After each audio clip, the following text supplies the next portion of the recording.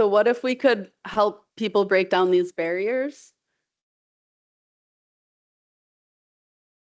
What if we can all be part of the mission to help remove these for people and help clear their thoughts and help them see that this was always them all along? So how do we bring this to our communities? A couple different methods we use, and it varies depending on what region you're in and what your resources are. On the left, we have, in partnership with the American Heart Association and the University of Rochester, we deployed a CPR kiosk. So this doesn't need a trainer, it's all virtual, and it comes with a practice dummy on it. So that's quite expensive. We all don't have access to these sorts of things. So I brought a training method right here with me. It's $40 US. Maybe you can find it for less, but this is just a half of a mannequin. The bag inflates it and can be used anywhere. And if we can get AEDs to all of our villages, I think we can get these too.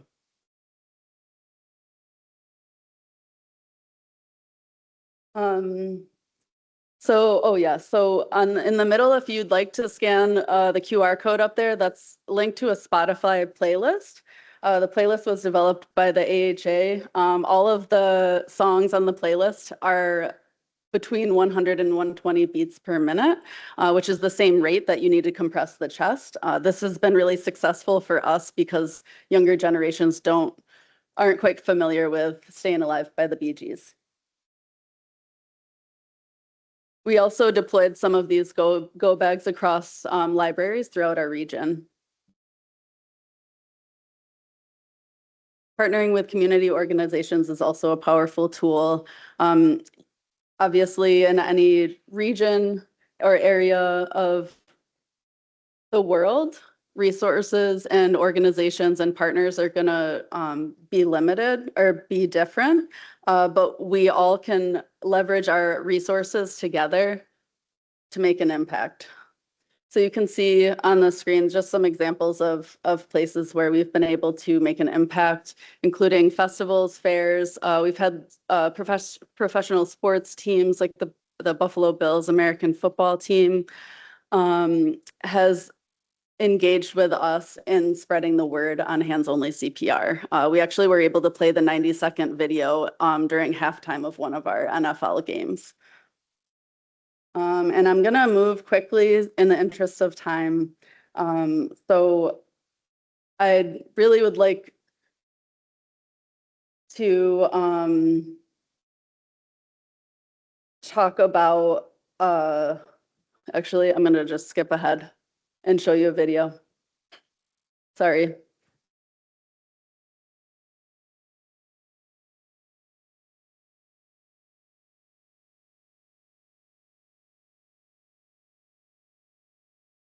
Got to hole 5, and my dad hit his drive and was walking back and just collapsed on the cart path. I ran, grabbed my phone. I called 911. The 911 operator said, "You need to perform CPR," because my dad's color was all purple. No one there knew how to do CPR. I was the only one. So I started performing CPR, and I was going for about 3 to 4 minutes nonstop. And I knew he couldn't hear me, but I was just kind of telling him to like breathe and like wake up, do the whole thing.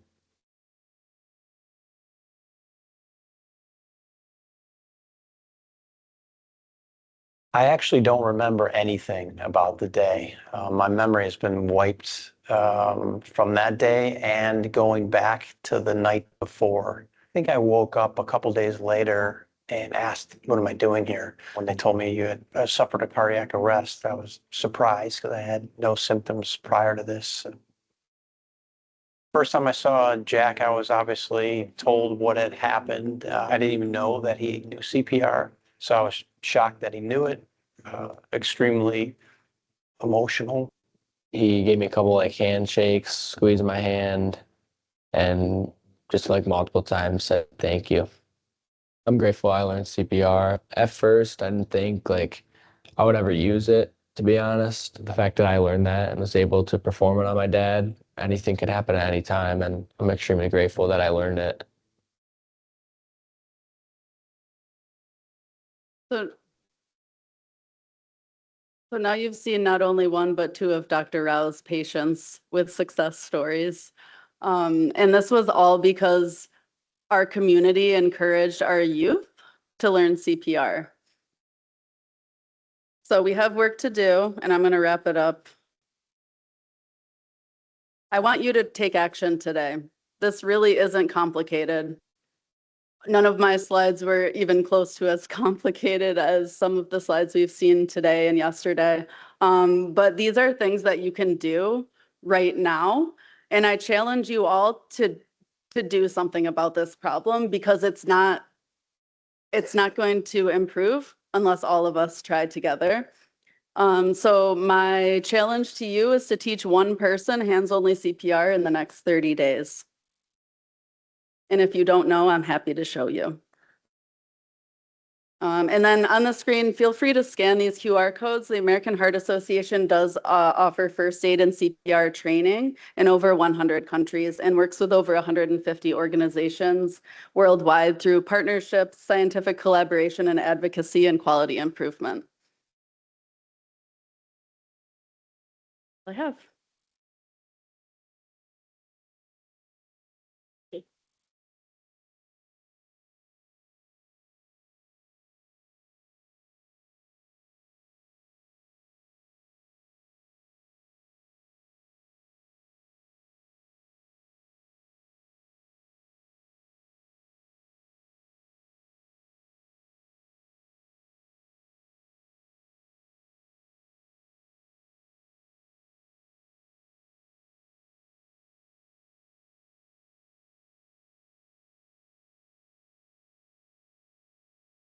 Bring my humble salutations at the Divine Master, Bhagwan Sri Satya Sai Baba. Respected dignitaries, delegates, and my dear students, Sairam to all and good afternoon. In continuation with my friend Miss Emily, I would like to continue the talk, how a patient is being managed and being given instructions after they undergo the cardiac surgery in our hospital. Swami has discoursed at the inauguration of our institution on 19th January 2001. He emphasized on universal healthcare for all. Let's view few highlights on how our hospital functions when a patient is getting discharged. With this background, I would like to discuss on few data, the total number of cases which were performed in the year 2024 to 25 in our institution, Bangalore. Coronary artery bypass graft surgeries of 135, number of valve surgeries 207, congenital heart surgeries 482, and the other surgeries of 125. The total number of surgeries which were performed of 949 cases. So when we move on to this, as this holistic preventive cardiology conference focuses on three levels of prevention, in which we deal with the secondary prevention. As we already knew, secondary prevention focuses on early detection and treatment of health conditions. It also aims to reduce the complications, improves recovery, and prevent the recurrence for those who are at high risk or already have a disease through medication or lifestyle changes. So with this concept background, would like to discuss what is the role of our hospital medical fraternity persons in order to save the patient when they get discharged. So there are various dimensions in which they focus on lifestyle alterations, and in which I would like to change the word as expert mentioned in World Heart Federation from the member from the World Heart Federation, life-threatening factors. That is change in the life-threatening factors. Dietary guidelines, physical activity, sleep and relaxation, personal habits, surgical site management, compliance to medication adherence, follow-up care, referrals, and which counseling department plays a major role in our hospital, and emergency preparedness, which where they focus on the warning signs of another attack, and one of the prevention aspects and ready to manage is the BLS, in which Ms. Emily has beautifully demonstrated, where our medical persons and also our students have been trained, in which you can witness in the cardiac exhibition also, where there does a demonstration. So some of the protocol for patients following the cardiac surgery, in which everyone knows, but is just a remind, recall, and regenerate us. So we have to think ourselves and say that how many of us follow this in our day-to-day life, but we health educate to the patients.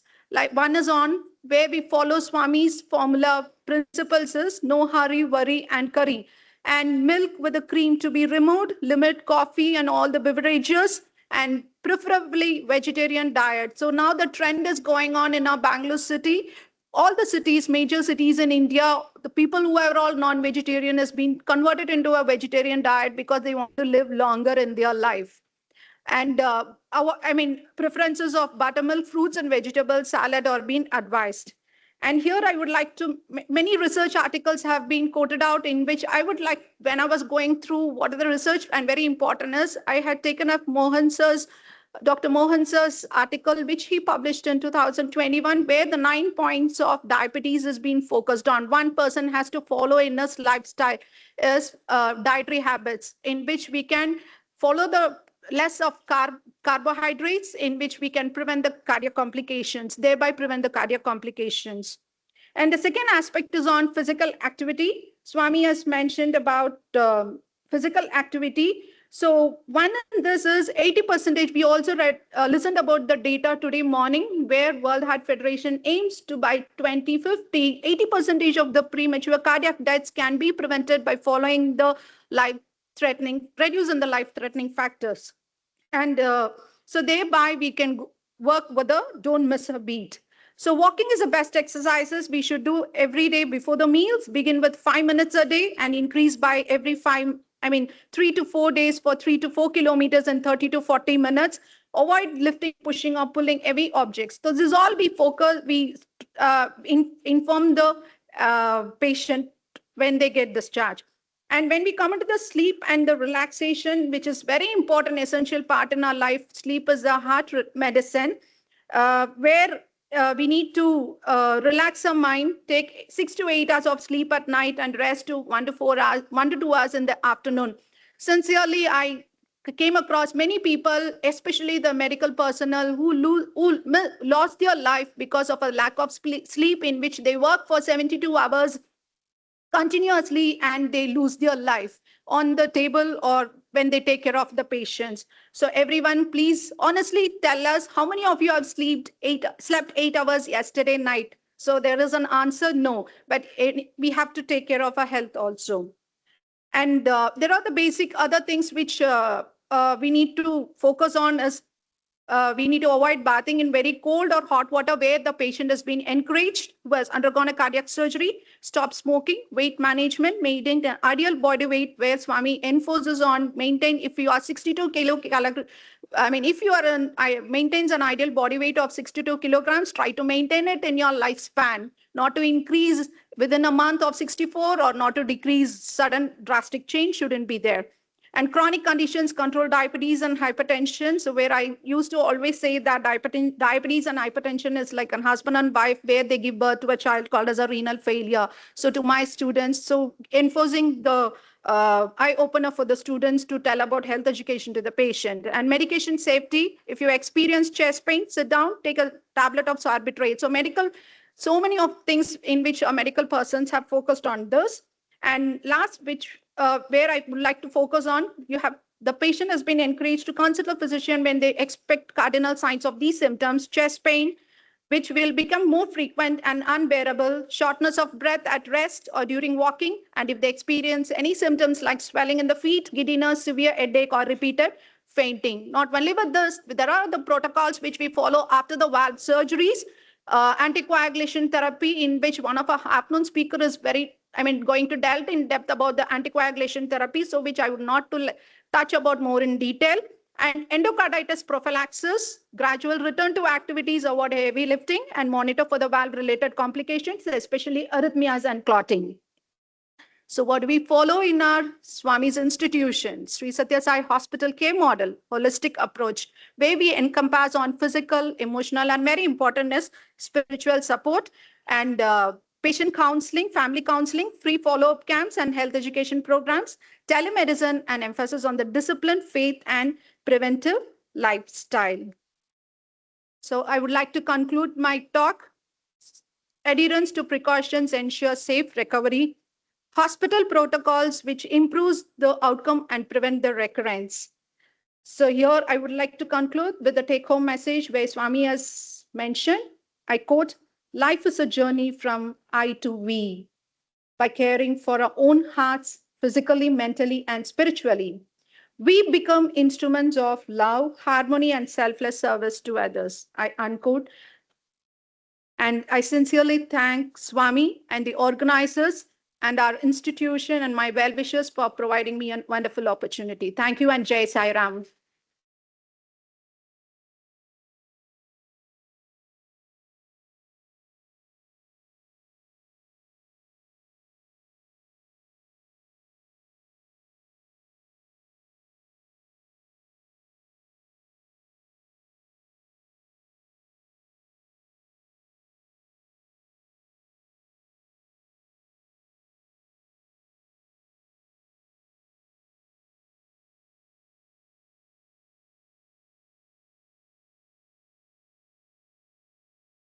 Sairam, I would like to extend my gratitude to Emily Brockel ma'am and Dr. Rani ma'am for sharing their valuable information. Next, we have a panel discussion by 4 speakers, the SSSGCVC Institute of Higher Learning Research Panel.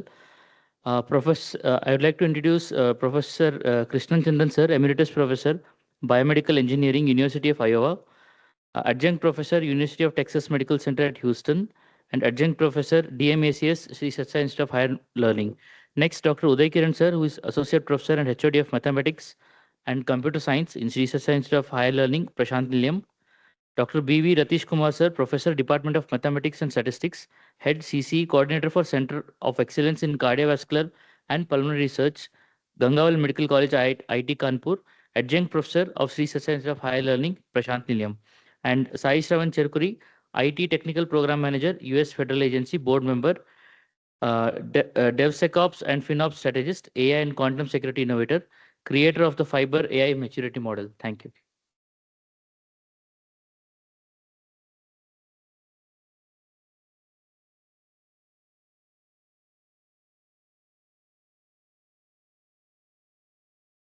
I would like to offer my humble pranams at the lotus feet of our Bhagavan.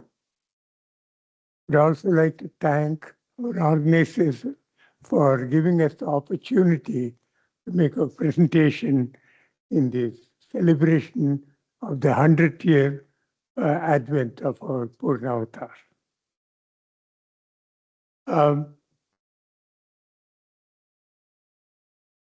With advances in medical imaging in the last 2 or 3 decades, as well as concomitant advances in high-performance computing that's been available again in the last 2 decades.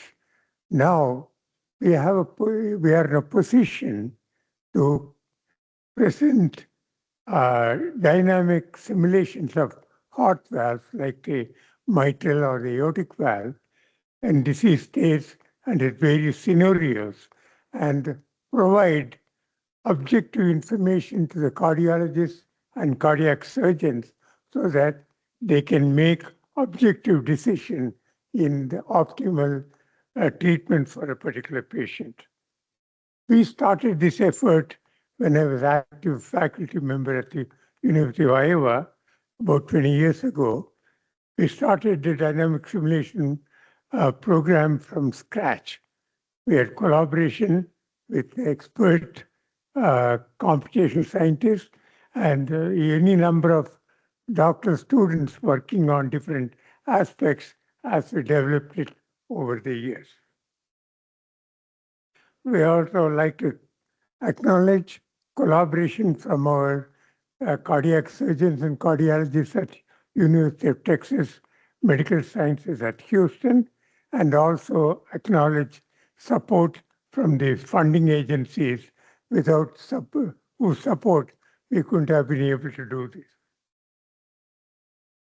So all the imaging and physical data that we use were obtained only after clearance from the Institute Human Subjects Review Board. No personal identification information was received after we get the images. We have created a workflow starting from the image, whatever the imaging modality was used clinically for diagnostic purposes. We take those images, identify the region of interest. For example, for the aortic valve, if it's a valvular structure, the ascending aorta as well as left ventricle. And then we have this workflow going from that, segmenting the regions, and then creating the three-dimensional geometry so that we can feed that information to our fluid structure interaction simulation program. What is this program? If I talk about, for example, the aortic valve opening during the isovolumic contraction and ejection, okay, so we have the closed valve and the ventricular pressure shoots up. As the pressure exceeds the aortic pressure, the valve is pushed open. When there's a slot, blood will rush through that. That in turn is going to interact, making the leaflets move further. Okay, and this whole thing, constant interaction between blood and the leaflets is going to occur from the fully closed position all the way to the fully open position. So we have to simulate that using this computer-intensive program. So what we do is take the duration, divide it into very small time steps, and at each time step, we have a fluid solver solving for the blood flow, a solid solver solving for the leaflet, and then taking very accurate interaction between the blood and the leaflet to make sure that everything is correct. So we do this each time step, we do several iterations before the answers become convergent, and then we move on to the next time step. Okay? So this is really a computer-intensive program.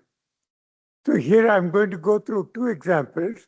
On the left is the reconstruction from a patient with aortic stenosis or a moderate aortic stenosis.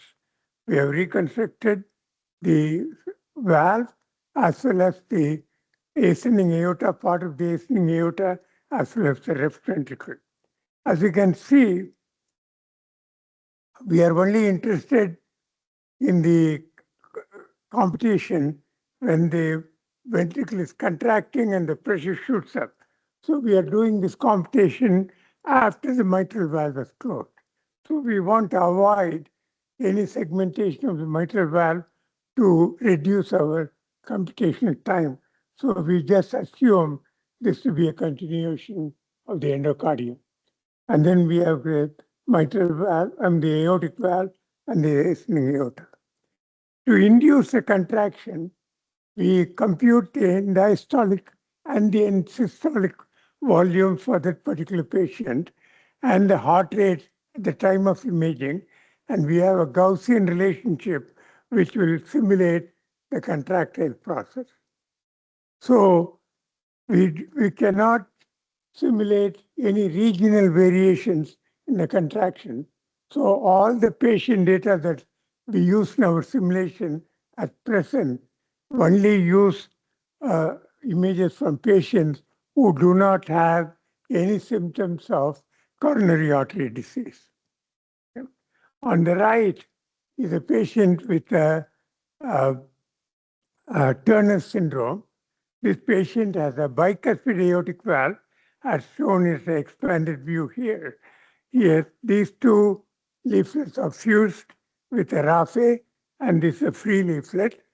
And this patient also has a dilated ascending aorta and also an elongated arch.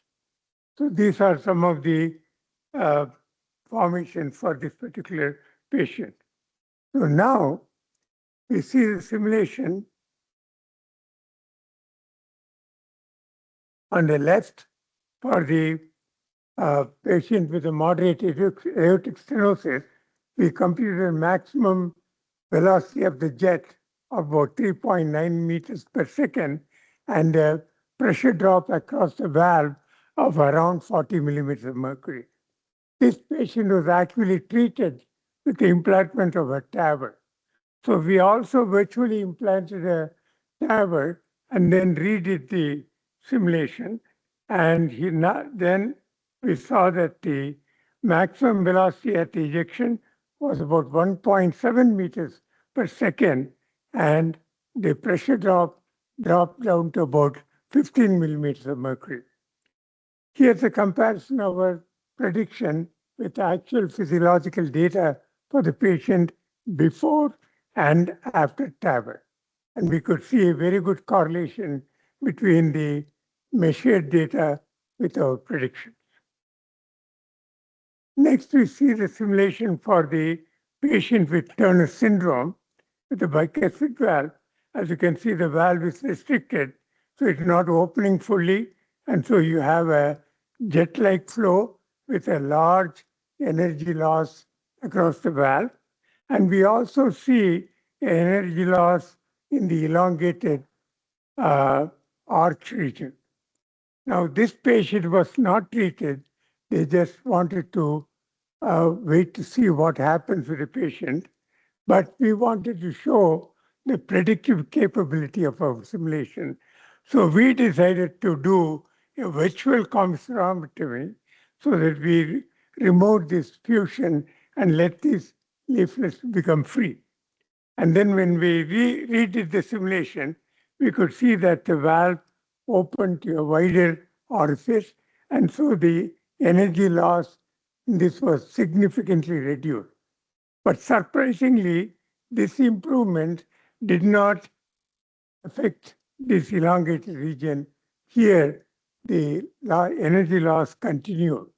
And so this energy loss prevents any improvement on the flow in the distal region. So we are now concentrating on problem with moderate aortic stenosis.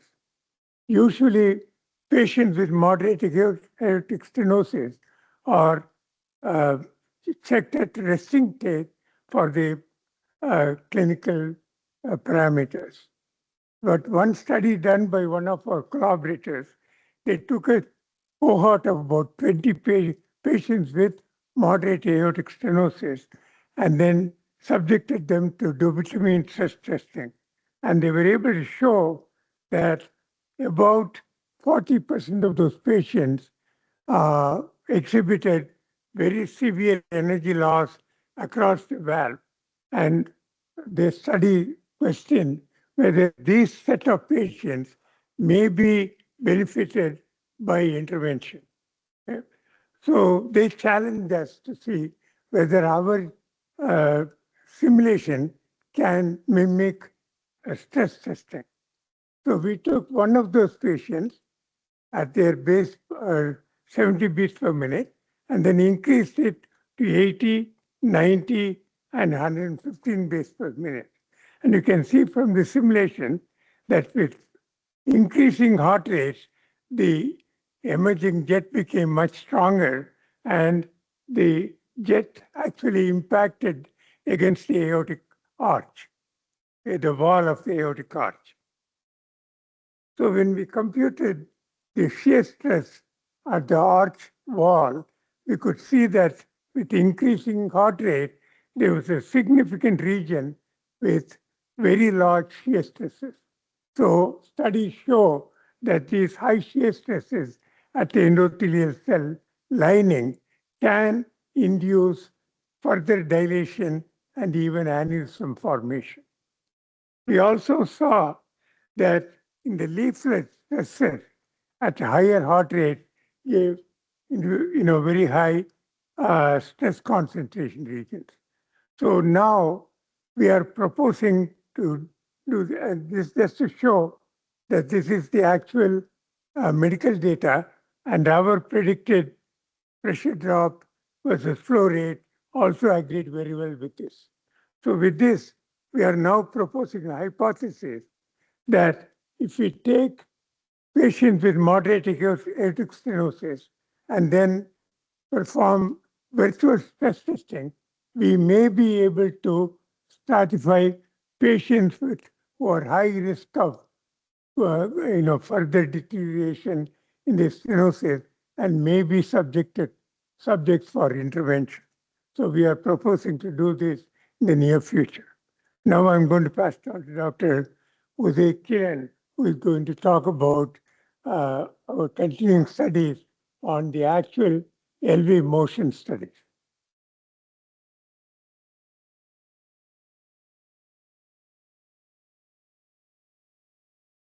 Humble pranams at Bhagwan's lotus feet. At the outset, let me thank Dr. Krishna Rao Garu. Yeah, just to continue in lines with Dr. Iyer sir. When he called me at 1 a.m. and he was actually planning the schedule. So he's a tireless worker, and no wonder the event has come up in such a grand way. So I'm sure there is a saying which goes, the best way to reach man's heart is through stomach. So I'm sure most of us are thinking of the stomach more than the heart. I come from Department of Mathematics and Computer Science, and most of it our Dr. Prayag sir has already put it in the lines. So I'll just summarize few things. And of course, this work is in collaboration with Professor Chandran sir's work. And actually, I want to decode one main thing what the Prayag sir was telling, AI to SAI. Now, the whole point here is when we are saying artificial intelligence, actually what we are talking about is statistics. Now, statistics is something we have to be careful. One of the statistics says 1 in every 5% is a Chinese. Like we are at least 100 of us right now in the room. How many of us are Chinese? So actually, it should not be artificial intelligence. I think we should be focusing on attention intelligence. And Swami has beautifully got us also to the spiritual attention intelligence. And I think that should be our theme of discussions, and that's brought out very beautifully. I'll just quickly run through my slides. We are using some AI techniques. Our hypothesis is to do an early detection. It's covered a lot. Of course, we did an ethical clearance, and we got some data from our super specialty hospital, which is a gold mine. If there are doctors who have just visited here first time, you should visit it for research purposes as well. So let me tell you the main hypothesis we have. So a lot of work, this is a state of art work going on. From the videos you can actually see. So there is a hidden assumption that the left ventricular region is either parabolic, hemisphere, or an inverted Gaussian. So what we are asking is, can we replace that very hypothetical crude model with a patient-specific model? So that is basically our interest. So we did through some cubic spline interpolation. And we are also looking at geometric and dynamics problems. So this is actually one nice paper which we have actually implemented and also strengthened these results, as Dr. Prayag put it, because we have to account for ethnicity. So we have actually done that. Ethnicity can be handled. Mainly it comes down to the amount of data. When it comes to AI problems, they are data hungry problems. So we have to address them accordingly. We have done that. And we have got some very interesting results. I'll just show you the results quickly for the want of time. So we did get very good accuracy because we took some data from Western databases and we took data from our super specialty hospital. And then we combined them in such a manner that we get the best out of our ethnic data sets. So these are the data. We also did this simulation of the left ventricular region. This work is still ongoing, and we are hoping that we should be able to integrate the fluid and structure interactions using AI and computational problems. Thank you.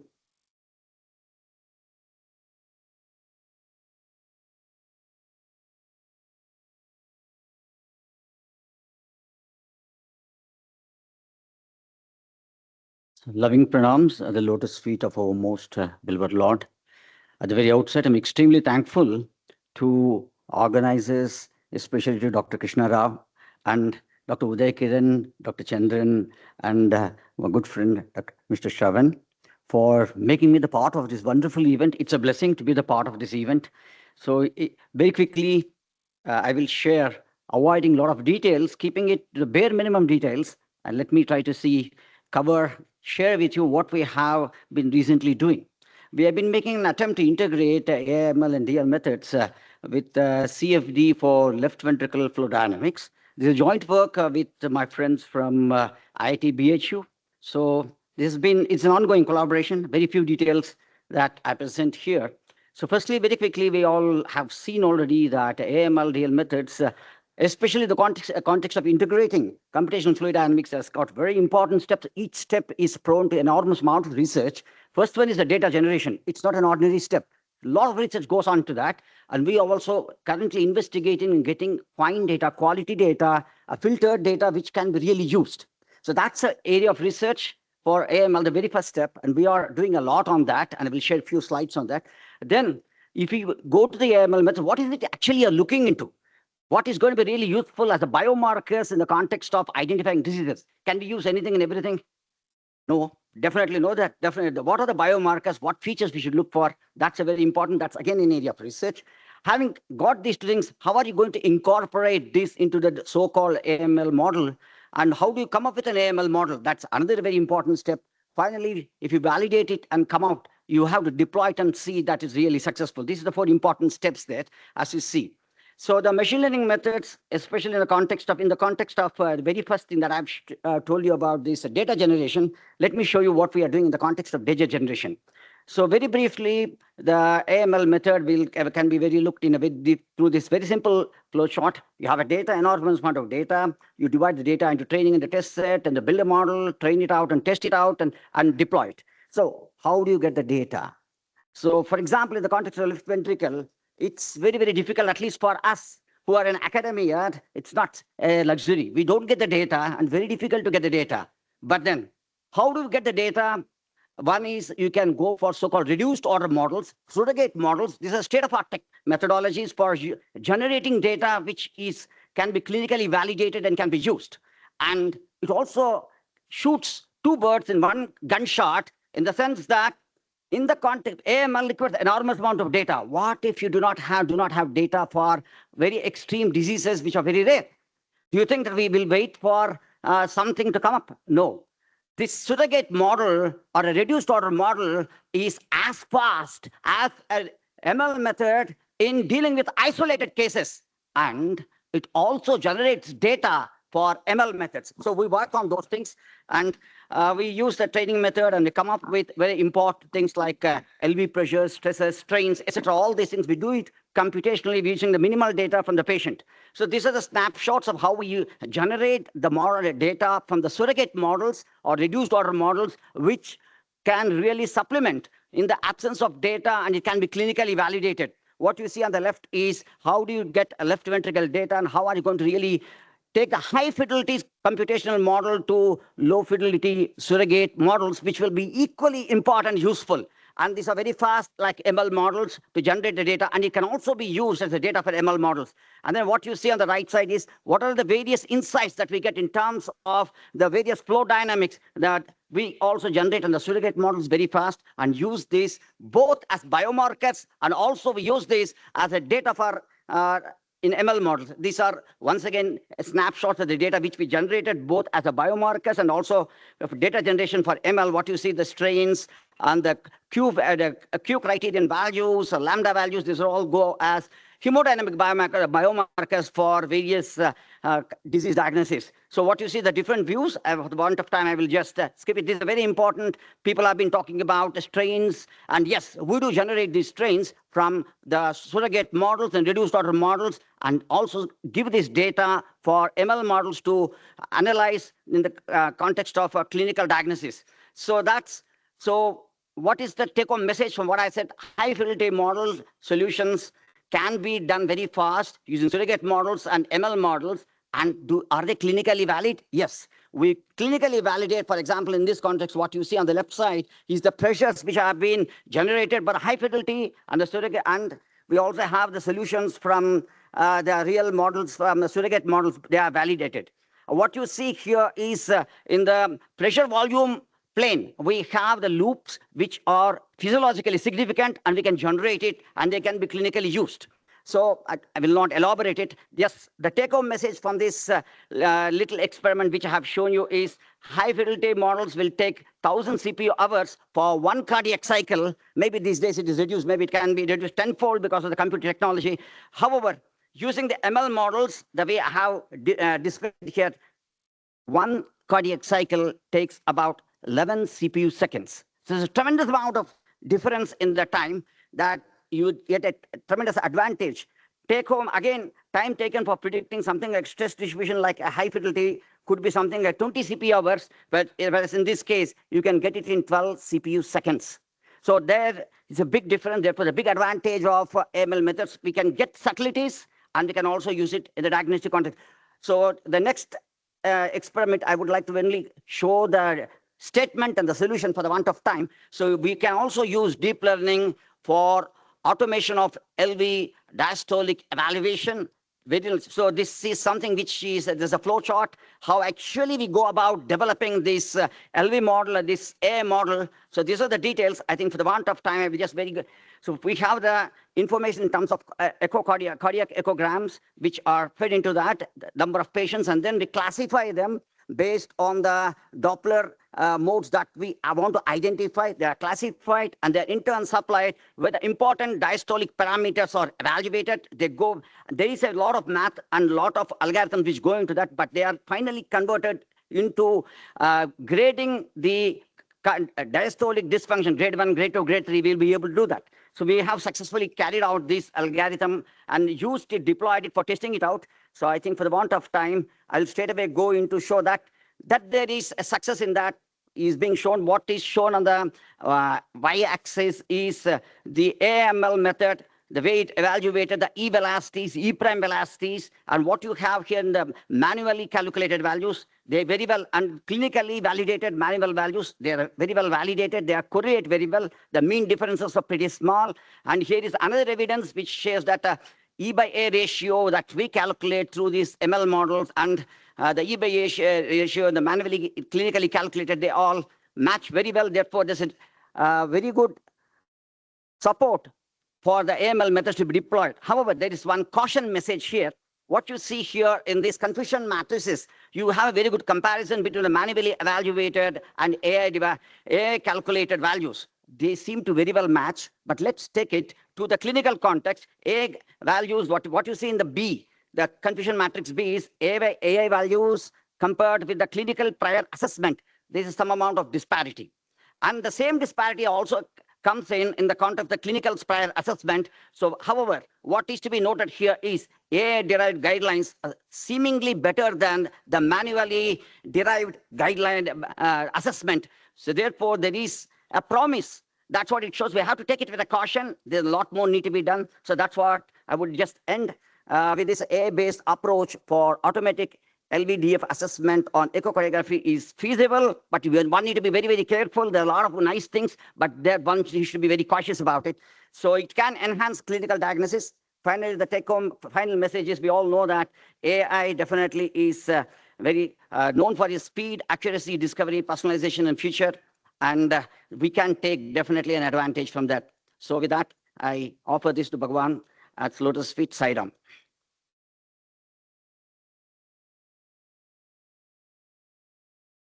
Sairam, everybody, offering my humble pranams at Swami's Lotus Feet. I know I'm the last guy standing in between you and the food. I don't want to take much time. But I'm used to giving this kind of elevator speech at work, so I'll do my best to wrap up my thoughts in about 30 to 45 seconds. Before that, I would like to thank Dr. Krishna and the organizing committee for giving me this opportunity to present something very unique that with Swami's grace it has happened. Uh, but what I have in my well, okay. So next slide, I would like to skip because we have past 2 days, I mean, yesterday, today, we have spoken about all these things. I don't want to go through all that, but my focus, I would like to be on that future directions. As is, we are bombarded with artificial intelligence a lot, but at work, what we are doing is we are going in a different direction. It is called artificial super intelligence. That is something that a new concept that has come up, and what especially on this artificial intelligence, I'm sure it's going to benefit not just this medical community, but also financial industry and other communities. It will help a lot. With Swami's grace, there is an institute in US called National Institute of Standards and Technology. It's called NIST, and it has published very recently API protocols that is used what API stands for is Application Protocol Interface. It actually talks to the AI model and others, and it transfers some data. And that's what, even without our knowledge, we use these APIs day in and day out when we are doing some financial transactions or whatever it is. So when they have released this API protocol recently, it caught my attention. There are absolutely no guardrails put in that based on Swami's principles, that we have so many principles that Swami has put, Papa Priti, Daiva Priti, Sanganiti, and these are some of these things that he has explained and has ingrained us. I took that protocol and I completely ripped apart and gave my own, the do's and don'ts and what it does if that protocol gets into the business. And it has a lot of holes. And with Swami's grace, the institute has come back and written me a great letter telling that these are the great observations, and we are incorporating all of those without any.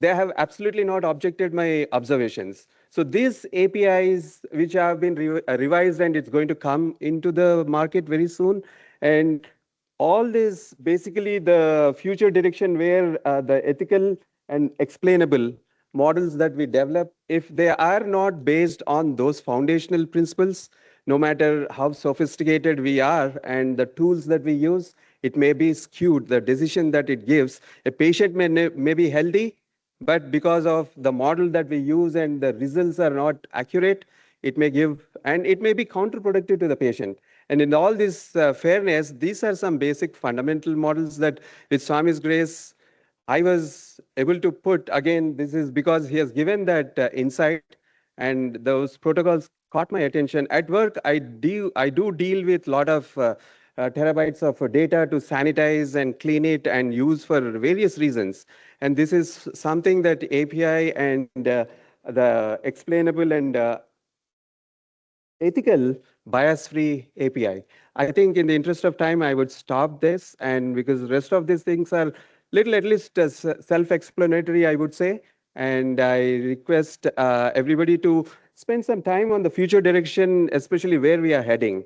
And that's what I would like to stop here, take a pause, and offer my gratitude to Swami, and also thank my fellow team members who have done an exceptional job. They have just not talked about the concept, but that is something they have materialized and things they are happening. Thank you, Sairam.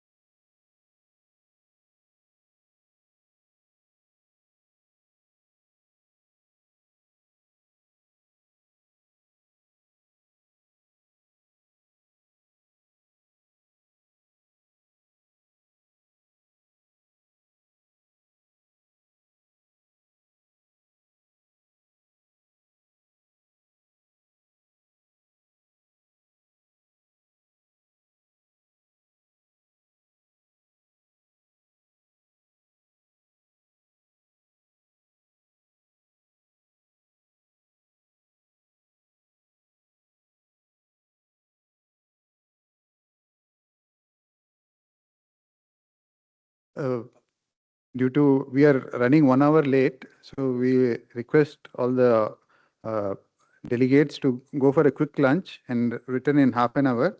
We'll start the session at 3 o'clock.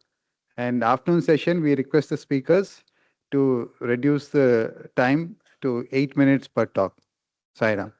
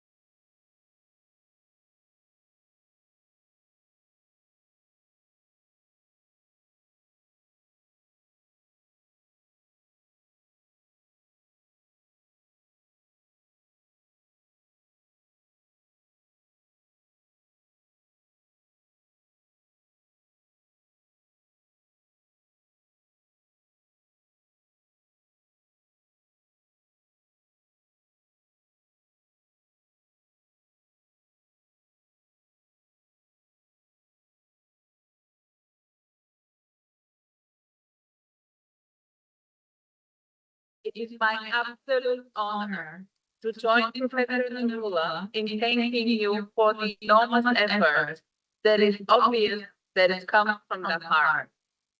Every single thing we have witnessed in the last 24 hours shows us that when you are committed, when you work hard, but most importantly, when you put your heart in what you're doing, the result is outstanding.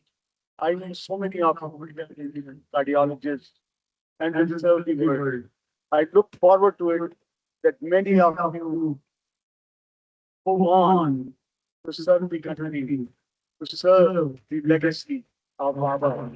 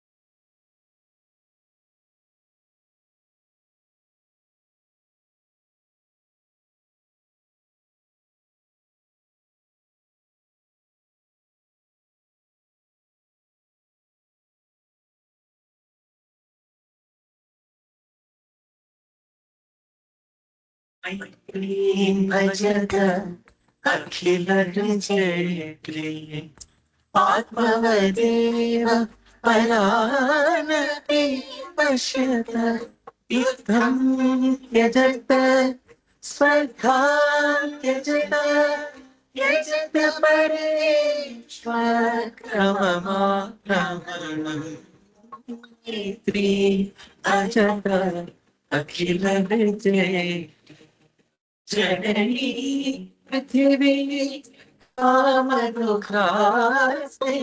जगतो देवः सकलदानो Namidagata Dayadvam Janata Shriyoya Sakala Jaya Shriyo Bhuyat Sakala Jaya Shriyo Bhuyat Sakala Jaya Shriyo Bhuyat Sakala Jaya Samasta Loka Sukhino Bhavantu Samasta Loka Sukhino Bhavantu Samasta Loka Sukhino Bhavantu